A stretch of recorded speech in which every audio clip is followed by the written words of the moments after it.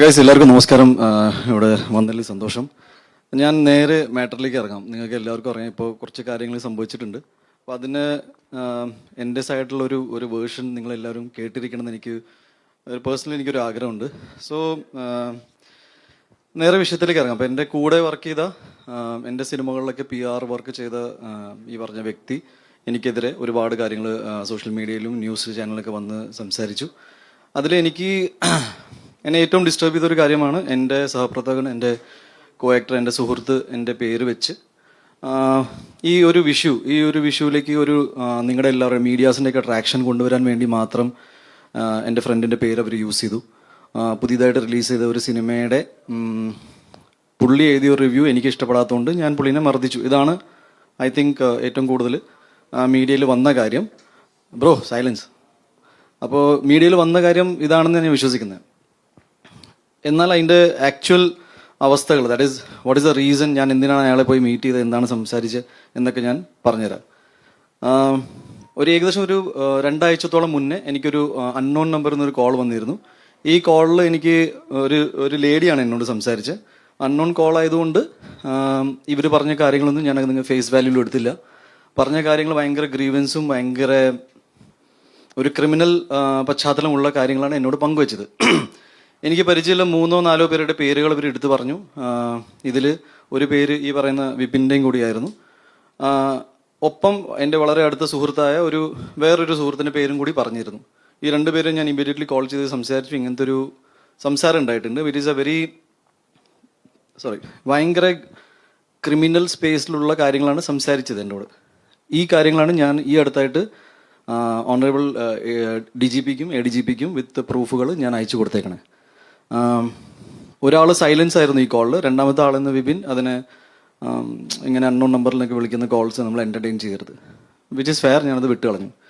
ഒരു 2 ദിവസത്തിൻ്റെ ഗ്യാപ്പിൽ എനിക്ക് പിന്നെയും ഇങ്ങനത്തെ ഒരു അനുഭവം ഉണ്ടായി. എന്നെ ഒരാൾ വിളിച്ച് ഒരുപാട് മോശപ്പെട്ട അനുഭവങ്ങൾ ഉണ്ടായ കാര്യങ്ങൾ എന്നോട് പങ്കുവെച്ചു.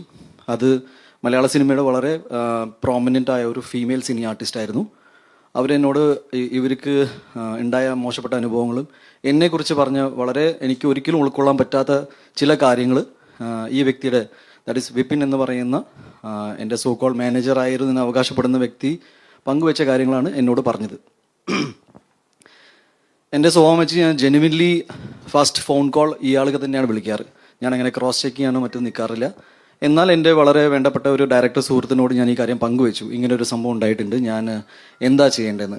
ഈ ഡയറക്ടർ ഈ പറയുന്ന സുഹൃത്തിനെ വിളിക്കുന്നു. ഇവർ തമ്മിൽ സംസാരം ഉണ്ടായി.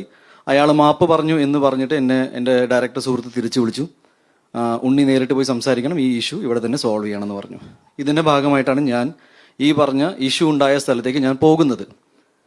ദാറ്റ് ഈസ് വിപിൻ കുമാർ എന്ന വ്യക്തി ഇയാളോട് മാപ്പ് പറഞ്ഞു. Is sorry for what has happened എന്ന് മാപ്പ് പറഞ്ഞതുകൊണ്ട് അത് എന്നോട് നേരിട്ട് പറഞ്ഞാൽ നന്നായിരിക്കും എന്നാണ് എനിക്ക് തോന്നി. ബിക്കോസ് ഞാൻ അയാളെ ഒരിക്കലും അയാൾ അവകാശപ്പെടുന്ന പോലെ ഒരു ഡെസിഗ്നേറ്റഡ് ലെവലിൽ നിൽക്കേണ്ട അപ്പുറത്താണ് ഞാൻ കണ്ടത്. ഞാൻ പുള്ളിൻ്റെ ഒരു സുഹൃത്തായാണ് കണ്ടിരുന്നത്. ബിക്കോസ് ഞാൻ കുറച്ചും കൂടി ഡീവേറ്റ് ചെയ്ത് പറയാം. 2018 ആദ്യമായിട്ട് ഉണ്ണിമുന്തൻ ഫിലിംസ് എന്ന സിനിമയുടെ പ്രൊഡക്ഷൻ കമ്പനിയുടെ ഒരു തോട്ട് വന്നത് ഫോർ ദ മൂവി മേപ്പടിയാൻ. ഇനി മേപ്പടിയാൻ്റെ സംഭവം എന്ന് വെച്ചാൽ 2018 തുടങ്ങിയിട്ടുണ്ടെങ്കിലും ഈ സിനിമ അവസാനിച്ച് വന്നപ്പോഴേക്കും 2021 ആയി. വിച്ച് ഇസ് വൈ ഓൾമോസ്റ്റ് 3 ഇയേഴ്സോളം ഞങ്ങൾ ഒരു ടീം, ഇതിൻ്റെ ഒരു HOD എന്ന് പറയുന്ന ഹെഡ് ഓഫ് ദി ഡിപ്പാർട്ട്മെന്റ്സ് ഒക്കെ നിൽക്കുന്ന ടീം വളരെ ഒരു ടെക്നിക്കൽ ക്രൂവിനപ്പുറത്ത് ഒരു സുഹൃത്ത് ബന്ധത്തിലേക്ക് അത് പോയി. സിനിമകളിൽ മാനേജർ പരിപാടി എന്താണെന്ന് ഞാൻ അതും കൂടി ഒന്ന് ക്ലാരിഫൈ ചെയ്യാം. ബിക്കോസ് അതിനെക്കുറിച്ചും ഒരു ചർച്ചകളുണ്ട്. എനിക്ക് ഒരുപാട് സുഹൃത്തുക്കളുണ്ട് who are producers, production controllers, നിങ്ങളുടെ കൂട്ടത്തിൽ നിൽക്കുന്ന ഒരുപാട് ആൾക്കാർക്ക് എൻ്റെ ഡയറക്റ്റ് ആക്സസ് ഉണ്ട്. അപ്പോൾ ഒരു സിനിമ എന്നിലേക്ക് എത്തണമെങ്കിൽ ആർക്കും എപ്പോൾ വേണമെങ്കിൽ വിളിക്കാം. ആ കൂട്ടത്തിൽ പെടുന്ന ഒരാളെന്ന നിലയിൽ എൻ്റെ ആദ്യത്തെ സിനിമയിൽ, പ്രൊഡക്ഷൻ കമ്പനിയുടെ ആദ്യത്തെ സിനിമയിൽ 3 വർഷത്തോളം എൻ്റെ ചുറ്റും നിന്നപ്പോൾ എന്നിലേക്ക് പെട്ടെന്ന് ആക്സസ് കിട്ടാനുള്ള സാധ്യത ഇയാളിലൂടെ ഉണ്ടായിരുന്നു എന്ന് സത്യമാണ്.